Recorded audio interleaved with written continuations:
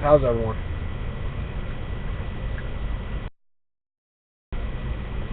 Smoking a little bit half and half.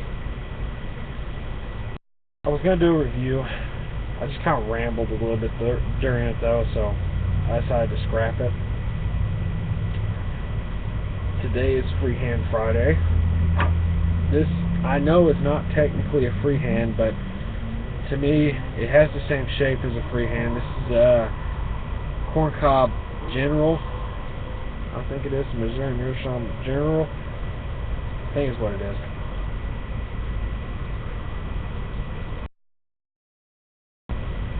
It's pretty close to a freehand. It's not bad. I'm just gonna chat for a little bit. Hopefully, I can start getting some more videos out. Have a little bit of time here and there. My days off at work have been kind of spread out, but I'm really gonna start pushing to make time for it. If I have to do it at night, then I'll do it at night. I really want to be more diligent with it this time.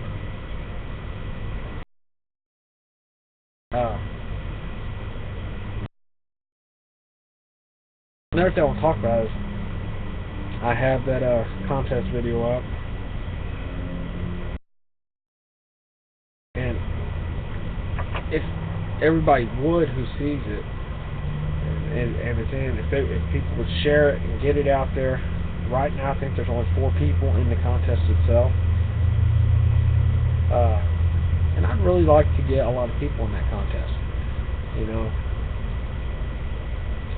But if it stays at 4, it stays at 4, and somebody will be getting a wonderful Dunhill pipe.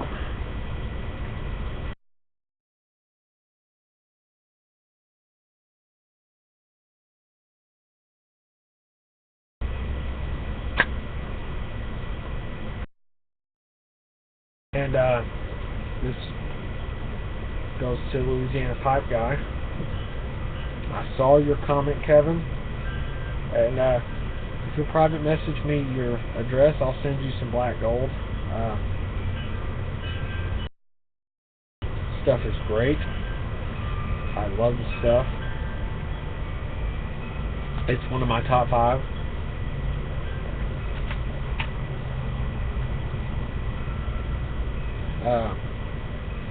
This half and half, however, is not.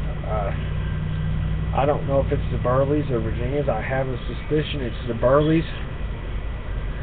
But every time I smoke half and half and Sir Walter Riley, I have a tendency to get, I don't know if it's tongue bite, but I know that my mouth gets dry.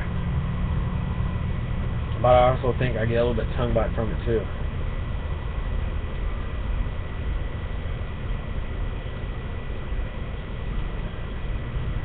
I want to do some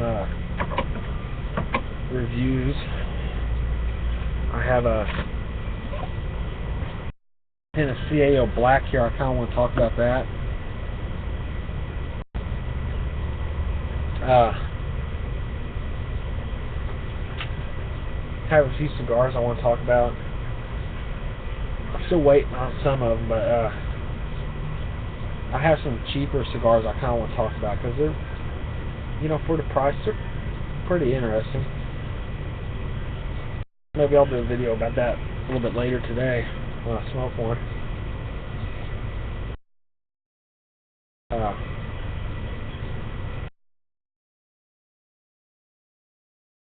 Maybe throw a few of those in with the Dunhill pipes.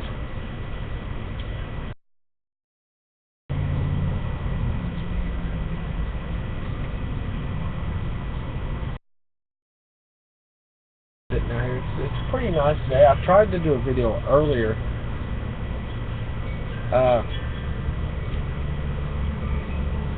Similar to this. I wasn't smoking a pipe or cigar. I actually had some dip. Some Copenhagen snuff. And if you've never tried dip itself, like Copenhagen Grizzly, stuff like that, you know, it's interesting. I don't dislike dip, had a few different Copenhagen lines. I had some Copenhagen long cut, I think straight, I think it was.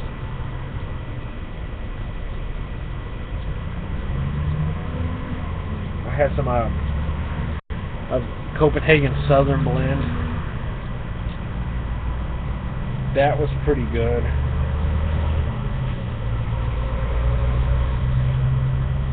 A little bit of a peach flavor to that.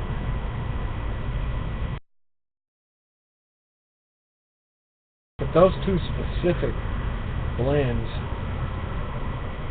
really, the nicotine ramped up and really bothered me with those two. Copenhagen Snuff is a very fine cut tobacco.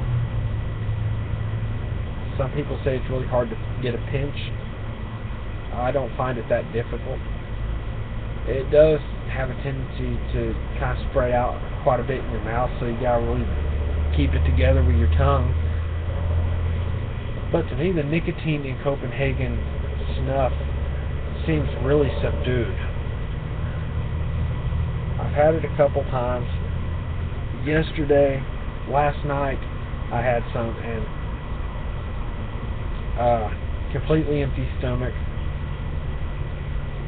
and it didn't bother me at all. I had some earlier today, and even last night there was a little bit of that kind of a nicotine buzz, but it wasn't that bad.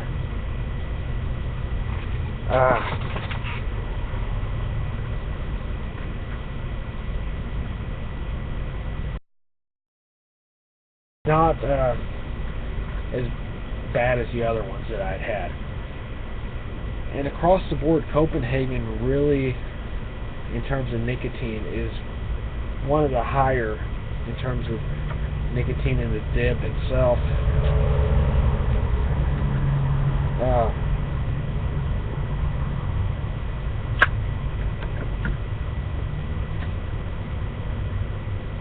One thing is, there's the myth that goes around that dip has fiberglass in it, and it's just not true. Dip does have some salt in it, which I think gets mistook for something like fiberglass. But there's no fiberglass in it. It would defeat the purpose. First of all, if there was, your gums and your lips would get cut up, and that doesn't happen. Secondly, the blood would help to neutralize the nicotine, so you wouldn't absorb a lot of nicotine from cuts because the blood would neutralize it. And the swelling that you would get from getting cut would also help to neutralize the nicotine. So it doesn't, there's no fiberglass in dip.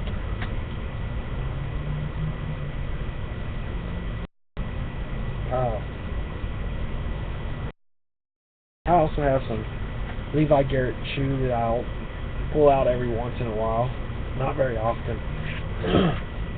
If you've never had that, it's pretty good. It's pretty much just a straight tobacco taste with a little bit of a peppery spiciness to it.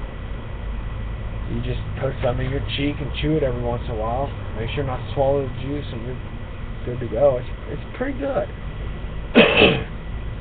It's if you've never had it and wanted to try it, it's pretty good. I would suggest trying it. I got something out here I want to show y'all. I noticed that I picked this up at a yard sale earlier today.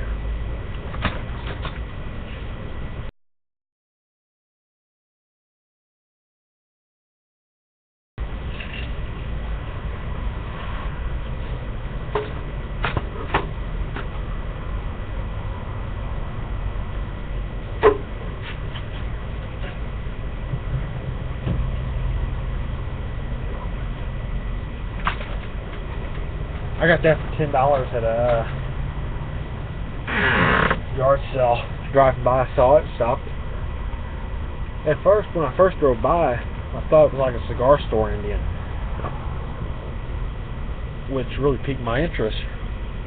But I was going somewhere and I had to go, so I didn't get a chance to stop. But it was on the way home, so I stopped, and it was $10. It's like a ceramic, but I think it was worth $10.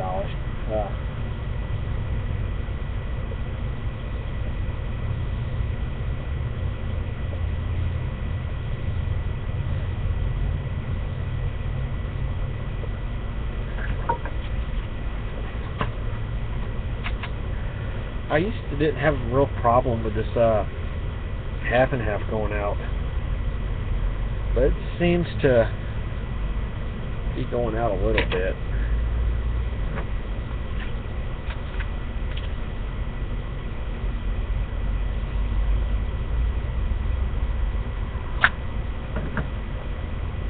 One thing I'll say about half and half, if it was the only tobacco that you could get, you know, for a pipe, you wouldn't be that bad off, unless you just got sick of half and half. It's not that bad. I know a lot of pouch tobaccos have like a terrible reputation of being cheap and all that, but yeah, I think we need to remember, you know, our fathers, well, my father never smoked a pipe, but our fathers, grandfathers, great-grandfathers, they smoked a pipe. And I know for a fact that my grandfather smoked Middleton's Cherry Blend. One of my great-grandfathers smoked Middleton's Cherry Blend. I don't like the stuff that much. It doesn't taste that good. It's got a good room note to it, but that's about it.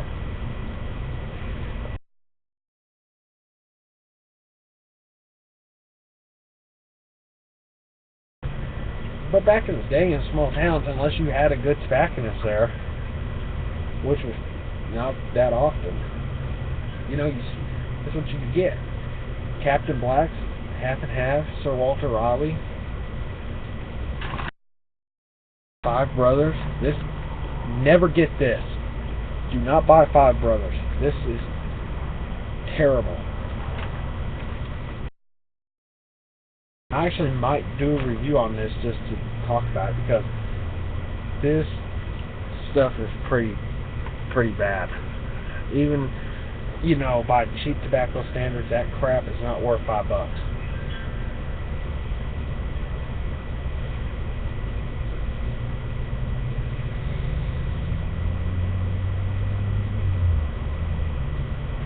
It's not really a freehand, but I count it as a freehand. Not bad.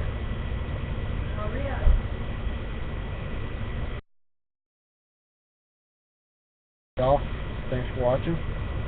God bless.